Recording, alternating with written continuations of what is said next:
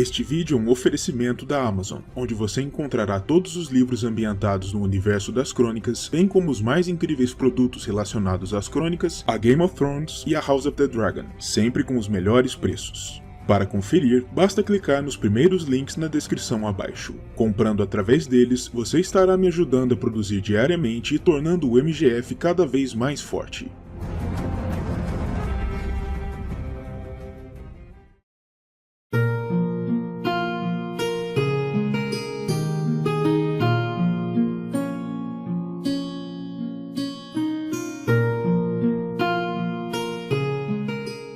Aegon Targaryen nasceu no seio da Casa Real de Westeros, no ano 107 após a conquista, como filho primogênito de Viserys I com sua segunda rainha, Alicent Hightower. Ele viria em tempo a ganhar outros 3 irmãos, Rhalyna, Aemond e Daeron. Para além destes, Aegon contava com 3 meios-irmãos mais velhos, nascidos do casamento pregresso do rei, 2 irmãos que haviam falecido ainda na infância e a princesa Rhaenyra, que havia sido apontada pelo rei como sua herdeira oficial 2 anos antes de seu nascimento. O menino obviamente fora nomeado por Alicent como uma homenagem ao conquistador, talvez como uma forma de demonstrar a todos na corte e no reino a extensão da sua legitimidade, já que a nova rainha acreditava que, agora que um homem havia nascido para o rei, ele logo mudaria sua determinação e apontaria Aegon como seu novo herdeiro, e ela não estava nem de longe sozinha em tal crença. No entanto, para o espanto e a frustração da rainha e de outros tantos na corte, Viserys manteve sua mente inalterada e reafirmou que era Rhaenyra sua herdeira oficial apontada e que a questão estava decidida. Da parte do irmão mais jovem do rei, Príncipe Daemon, Aegon e os irmãos padeciam de um tratamento notavelmente frio, pois seus nascimentos o haviam atirado ainda mais para baixo na linha sucessória ao trono, e o ambicioso príncipe desejava governar acima de tudo. A rainha Alicent e seu pai, Sir Otto Hightower, a mão de Viserys, continuaram a não concordar com a decisão de sua graça de manter Rhaenyra como herdeira, e de fato, Sir Otto insistiu em discutir a questão tanto que foi destituído de sua posição como mão pelo rei, e se vendo sem mais o que fazer na corte, retornou à Vila Velha. Com a falha do pai, Alicent resolveu adotar uma outra estratégia, sugerindo ao rei que Rhaenyra e Aegon deveriam se casar, o que asseguraria que Aegon se tornasse o herdeiro de qualquer forma. Mas Viserys recusou a ideia, argumentando que ambos tinham uma diferença de idade muito grande, de 10 anos, e que nunca haviam se dado bem para começar. E ao invés disso, Viserys determinou que sua filha e herdeira se casasse com seu antigo rival pela coroa, Sir Lyonor Velaryon, para curar as feridas abertas pelo Concílio de 101. A recusa do rei em casar os irmãos teve consequências mais graves do que ele poderia imaginar ou antecipar, pois ela gerou uma rusga profunda entre aqueles lordes que apoiavam Alicent e seu filho e aqueles que se comprometeram com o juramento de defender o direito de Rhaenyra à coroa após a morte de Viserys, como este os fizera prometer. Mas para Aegon em si, tudo aquilo não passava de uma questão subsidiária, pois o jovem ainda era muito novo para entender as nuances das intrigas palacianas. Aegon era então um rapaz bonito, que se parecia bastante com o pai, embora também fosse verdade que apresentava um olhar taciturno e uma boca comprimida em um esgar de mau humor. Ele também não era um tipo muito marcial, ao contrário do que se mostrariam ser seu tio Daemon e seu irmão Aemond, muito mais forjados para a canção do aço. Quanto à sua personalidade, dizia-se que Aegon era rápido na ira e lento no perdão, além de ser também tido como preguiçoso e dado à gula, e um apreciador de vinhos fortes e bastante cerveja. Seu apetite ia para além da comida também, com Aegon sendo conhecido em anos posteriores por sua depravação sexual, gerando um considerável número de bastardos e apertando e acariciando qualquer dama de servir que estivesse ao seu alcance. Conforme Aegon crescia na corte, as disputas entre as duas facções, a sua própria e a da irmã, cresciam também, e logo seu lado ficou conhecido como Os Verdes, por conta da cor do vestido usado por sua mãe durante um banquete de celebração. Sua irmã, por sua vez, usava um vestido predominantemente negro, e assim foi chamada sua facção. Enquanto isso, a animosidade existente entre Rhaenyra e Alicent passou também aos filhos de ambas, e por isso, Aegon e seu irmão Aemond não se davam nada bem com seus sobrinhos, os príncipes Jaehaerys, Lucerys e Joffrey, por acreditarem que eles lhes haviam roubado seu direito de nascença, a sucessão ao trono. Para além disso, Aegon também havia sido convencido por sua mãe de que os meninos Velaryon não eram filhos legítimos, mas sim bastardos gerados junto a um cavaleiro Strong a quem Rhaenyra era muito ligada, o que faria com que a usurpação de seu direito por eles fosse, além de tudo, ilegítima, o que apenas punha mais sal em suas feridas. Apesar de sua inimizade, os meninos, juntamente com o irmão mais jovem de Aegon, Príncipe Daeron, faziam tudo juntos, contra a vontade, comparecendo aos mesmos bailes, justas e banquetes, e às vezes até mesmo treinando nos mesmos pátios com os mesmos mestres de armas, e aprendendo juntos com os mesmos mestres, o que com certeza apenas fez com que o sentimento negativo entre eles aumentasse. Quando completou 13 anos de idade, Aegon já era um senhor de dragões por seu próprio direito, tendo se ligado com sucesso ao jovem Sunfyre, uma das bestas mais espetaculares da Casa Real, com escamas de um tom de ouro que reluziam contra o sol da manhã, fornecendo um banquete visual para todos os que contemplavam ambos em seus majestosos voos. No ano 120 após a conquista, Rhaenyra veio a gerar mais um filho, agora com seu novo marido, Príncipe Daemon, e a criança foi nomeada como Aegon, o que a mãe do Aegon do qual tratamos hoje interpretou como uma espécie de insulto velado à sua prole, uma forma de zombaria. Daquele momento em diante, Aegon ficaria conhecido como O Velho, para distingui-lo do príncipe recém-nascido. Já no ano 122 após a conquista, foi a vez de Aegon se casar, seguindo as tradições ancestrais de sua casa, e ele desposou sua irmã Rhaelyna, em uma cerimônia em Porto Real. Os primeiros filhos do casal, os gêmeos Jaehaerys e Jaehaera, nasceram no ano seguinte ao da boda, bem como 2 bastardos do príncipe, um menino nascido de uma donzela virgem cuja virgindade Aegon havia ganhado em um leilão na Rua da Seda, e uma menina que ele gerara com uma das muitas servas de sua mãe. No ano 127 após a conquista, a princesa Rhaelyna deu à luz mais um filho legítimo para Aegon, o príncipe Maelor. Mas mesmo após se tornar pai de 3 filhos, o ressentimento de Aegon para com os sobrinhos e com a irmã continuava forte, por mais que o rei fizesse de tudo para tentar fazê-lo se dar bem. No primeiro dia do ano 127 após a conquista, durante um banquete na corte, o príncipe Jaehaerys convidou a princesa Rhaelyna para uma dança, o que ofendeu Aegon, que não gostava nada do Velaryon. Ambos discutiram por conta daquilo e poderiam até mesmo ter se atirado um ao outro, trocando socos, não fosse pela intervenção rápida da guarda real, que os separou. No ano 129 após a conquista, o rei faleceu, o que possibilitou que as 2 facções que haviam se formado na corte partissem as gargantas uma da outra. Rhaenyra ainda era a herdeira apontada pelo rei falecido, mas como ela se encontrava distante da corte então, em Pedra do Dragão, o corpo do rei foi mantido oculto da corte durante 7 dias, e a facção verde se aproveitou deste tempo para agir, buscando coroar Aegon como rei antes que os negros pudessem se movimentar. No entanto, os relatos sobre onde Aegon estaria naquele momento divergem.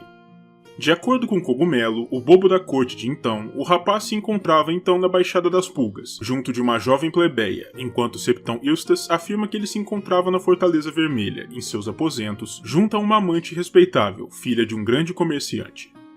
Qualquer que seja a verdade sobre essa parte da história, disse que, quando Sir Criston Cole o encontrou, onde quer que ele estivesse, tentou convencê-lo a partir para sua coroação sem demora, mas Aegon teria a princípio recusado a ideia, afirmando ser Rhaenyra a herdeira legítima, e foi apenas através da manipulação do cavaleiro que o alertou que, uma vez coroada, Rhaenyra ordenaria sua morte e a de seus irmãos, que Aegon teria finalmente cedido e concordado em tomar parte na coroação.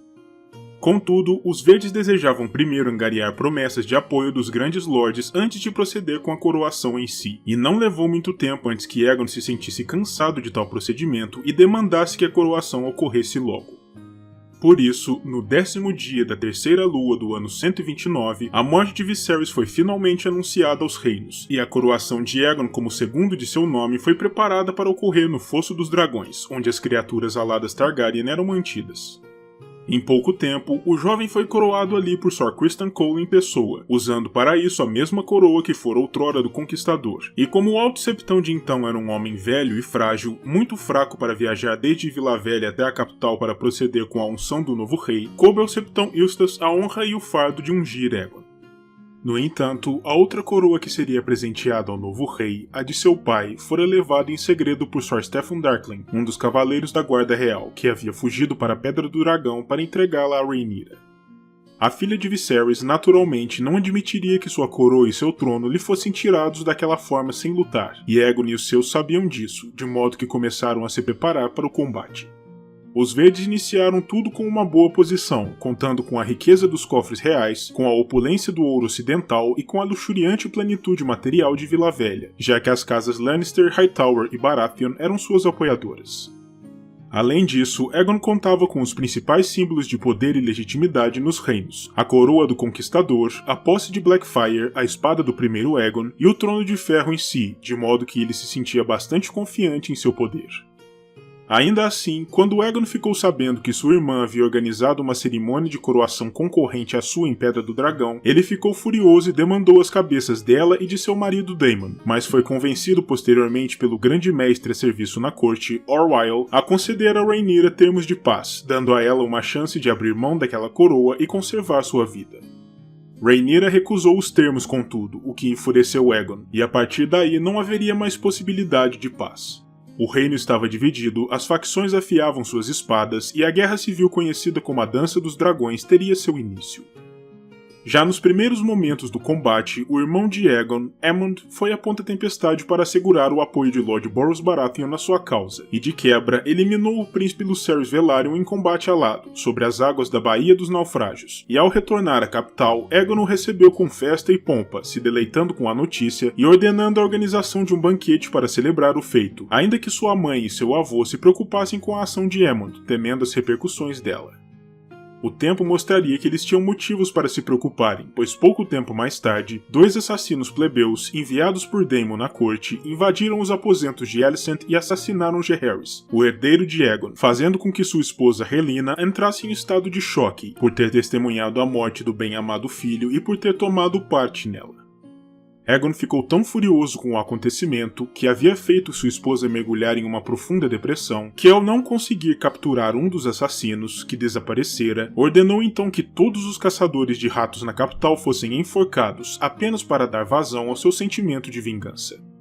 Daquele momento em diante, Aegon e Rhaelyna passaram a dormir separados, e o rei passou a beber muito, em frustração e raiva.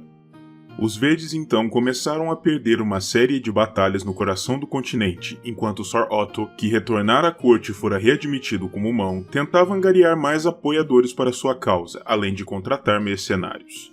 Aegon, no entanto, que era rápido para se irritar com aqueles que via como inaptos, via as ações diplomáticas de Otto como inação e sua cautela como covardia. Além disso, ele tendia agora a tentar afogar suas dúvidas e pesares em vinho forte, com metade daquilo que via como seu reino firmemente atrás da facção da irmã. Em um determinado ponto, o rei finalmente se cansou dos métodos de Otto, que se recusava a partir para a guerra aberta e total, e o destituiu do posto de mão, colocando Sir Criston Cole em seu lugar, um homem muito mais marcial, pronto para a ação.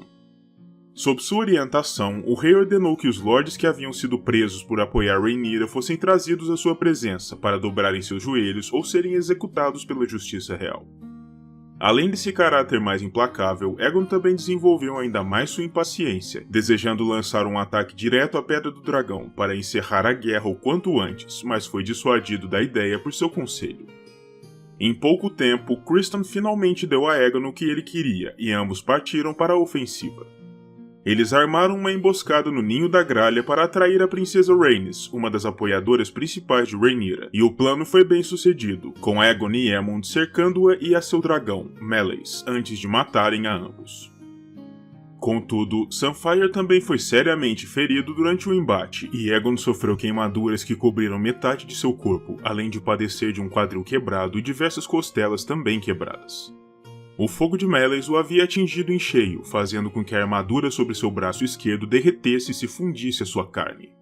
Levaria mais de meio ano até que ele conseguisse se recuperar desses ferimentos, e a essa altura, sua mente havia se tornado turva com as grandes quantidades de leite de papoula que ele precisava beber para lidar com a dor. Além disso, Aegon passou também a dormir por 9 horas a cada 10, e sua agonia era tamanha que alguns dizem que era possível ouvi-lo à noite, rezando e clamando por sua própria morte. Por isso, ele acabou deixando a governança dos reinos e o andamento da guerra nas mãos de seu irmão, Lorde Protetor dos Reinos e Príncipe Regente, e de Sir Criston, além de apenas o cavaleiro e sua própria mãe serem admitidos em seus aposentos para perturbarem o seu descanso. Os ferimentos terríveis contraídos por Aegon na batalha o fariam se tornar retorcido pelo restante de sua vida, e metade de seu corpo permaneceu coberta por horrendas queimaduras desde então. O ano 130 após a conquista trouxe ainda mais más notícias para Aegon e seus verdes. Seu irmão Aemond morrera lutando contra Daemon no Tridente, Sor Criston falecera durante o chamado Baile do Açougueiro e a capital fora tomada de assalto pelos negros, o que significava que agora seria sua irmã a se sentar no trono.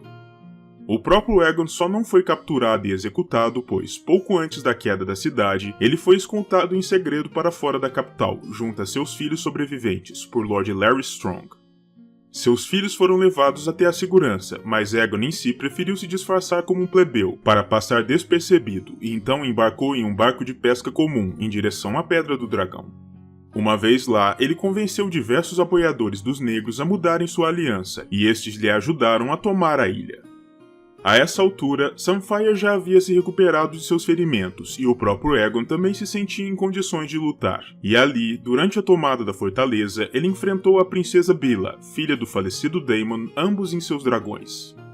Ambas as criaturas, Sunfyre e Moondancer, caíram dos céus durante a luta, e Aegon tentou saltar de sua cela para se salvar, conseguindo com isso apenas quebrar ambas as pernas.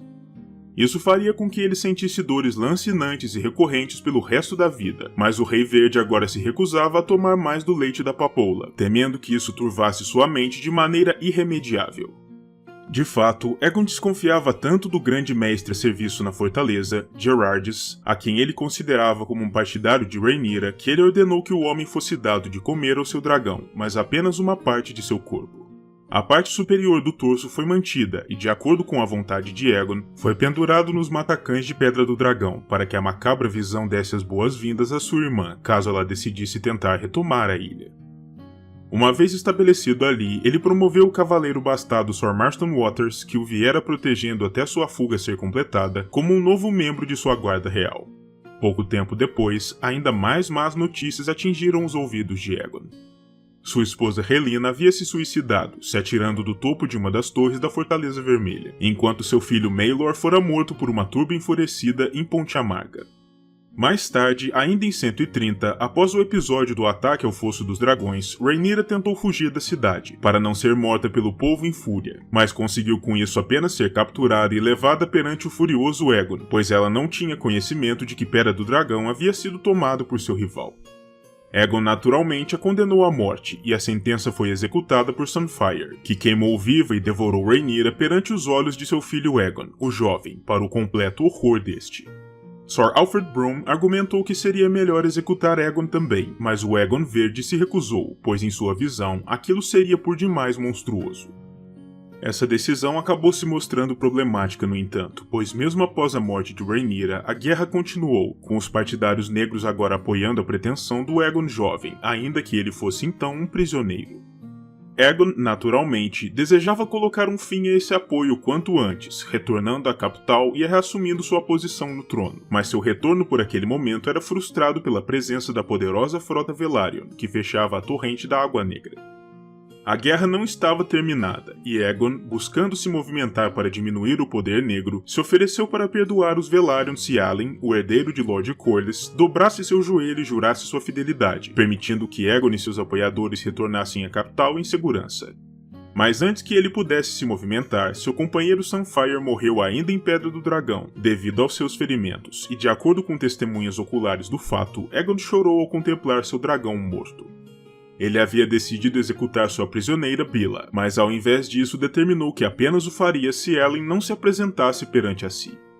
Quando as forças de Lord Boros retomaram a capital, sua mãe Alicent arranjou rapidamente o casamento do rei com Cassandra Baratheon, a filha mais velha do Lorde, para reforçar a aliança. Enquanto isso, como os Velaryon haviam finalmente se rendido e jurado sua lealdade, Aegon apontou Lord Corlys como seu novo mestre dos navios, e isso preveniu tanto a execução de Bila quanto o ataque que Alyn vinha planejando à Pedra do Dragão. O retorno do rei à corte se deu a bordo de uma velha coca mercantil de nome Rato, capitaneada pela mãe de Alyn Velaryon, a plebeia Marilda de Casco, e de acordo com os registros de Cogumelo, a escolha de tal navio foi pretendida por Alyn para ser um insulto a Aegon, mas não sabemos se essa é a verdade. Aegon a essa altura se encontrava seriamente comprometido em seus movimentos, e já não era mais capaz sequer de subir os degraus do trono, de modo que passou a exercer seu poder a partir de uma cadeira de madeira acolchoada, ao lado da base do trono, sempre com um cobertor a cobrir suas pernas deformadas. Ainda que o rei sentisse uma dor perpétua, ele se recusava a tomar mais leite da papoula, e isso pode ter endurecido bastante seu julgamento aos 3 reis pretendentes que ainda existiam na capital, desafiando seu poder. Aegon lidou primeiro com Trystane Truefire, a quem permitiu ser sagrado como cavaleiro logo antes de sua execução. Ele depois poupou a vida do jovem Guimon Cabelo Pálido por conta de sua juventude, embora todos os seus apoiadores tenham sido enforcados. Por fim, após capturar o pregador ruidoso conhecido apenas como O Pastor, Aegon ordenou que sua língua fosse arrancada e então fez com que ele e todos os seus seguidores fossem queimados vivos. Lord Corlys urgiu ao rei que perdoasse os lordes que permaneciam fiéis a Rhaenyra, mas Aegon tinha outra ideia. Ele ordenou que tais lordes fossem trazidos a ferros diante de si, ordenou que todos se ajoelhassem, jurassem lealdade, pagassem pesadas reparações à coroa e cedessem reféns ao rei, o que os tornou ainda mais endurecidos contra Aegon, mas ele não se importava. Em sua mente, a vitória na guerra era sua, apesar de ter vindo a um custo terrível. Apesar disso, o conflito não tinha terminado, e diversos lordes dos rios e do vale preparavam exércitos e navios para partirem contra a capital. Diante disso, Aegon fez tremendos esforços para tentar fazer eclodir os ovos de dragão da fortaleza Targaryen, objetando aumentar suas forças nos ares, mas não obteve sucesso. Lord Corlys, então, implorou a sua graça que casasse sua Jihira a Aegon, o jovem, mas Aegon II desejava que a memória e a linhagem de sua irmã fossem apagadas dos registros e da história. Por isso, ele determinou que o jovem seria enviado para a muralha, ou serviria ali na corte pelo resto de seus dias como um eunuco. Com os inimigos da corte se aproximando da capital, Aegon se tornou cada vez mais taciturno, e apenas seu novo casamento à rainha Cassandra o trazia alguma alegria. Ele ordenou que o Fosso dos Dragões, devastado após a invasão, fosse reconstruído, e comissionou 2 grandes estátuas para lá, em homenagem aos seus irmãos falecidos, Daeron e Aemond. Pouco tempo depois, em 131, notícias chegaram à capital sobre a derrota de Borros Baratheon na Batalha da Estrada do Rei, pelas mãos de Lord Kermit Tully, um partidário negro, e sendo aquele o último exército verde entre os rapazes e a capital, combinado ao fato de os homens do norte e do vale, liderados por Lord Cregan Stark, estarem também se aproximando, a derrota verde parecia iminente. Lord Corlys urgiu ao rei que abandonasse a cidade e partisse para tomar o Negro, mas sua mãe Alicent lhe lembrou dos reféns que ainda possuíam, e Aegon se recusou a ir. Ao invés disso, ele determinou que as orelhas de Aegon jovem fossem cortadas e enviadas a Lord Tully, como um aviso contra um ataque. Depois de sua reunião com o conselho, um Aegon exausto subiu em sua liteira e ordenou que o levassem ao septo real da Fortaleza Vermelha. O rei carregava consigo uma jarra de seu vinho tinto da árvore preferido, que ajudava a aliviar suas dores. A cortina da liteira foi fechada e o transporte seguiu seu curso. No entanto, ao chegarem ao septo, quando Sir Giles Belgrave, da Guarda Real, abriu as cortinas para permitir que o rei desembarcasse, Aegon II foi encontrado, inerte e morto, tombado sobre seu assento, com filetes de sangue escapando pelo canto de sua boca. O rei havia sido envenenado. Aegon II faleceu com meros 24 anos de idade, em 131 após a conquista, deixando para trás como seu legado um reino partido, devastado, faminto e violento, e uma crise sucessória que seria agravada ainda mais pela morte de quase todos os dragões Targaryen durante as lutas, o que marcaria a Casa Real de Westeros de maneira negativa pelos séculos que estavam por vir.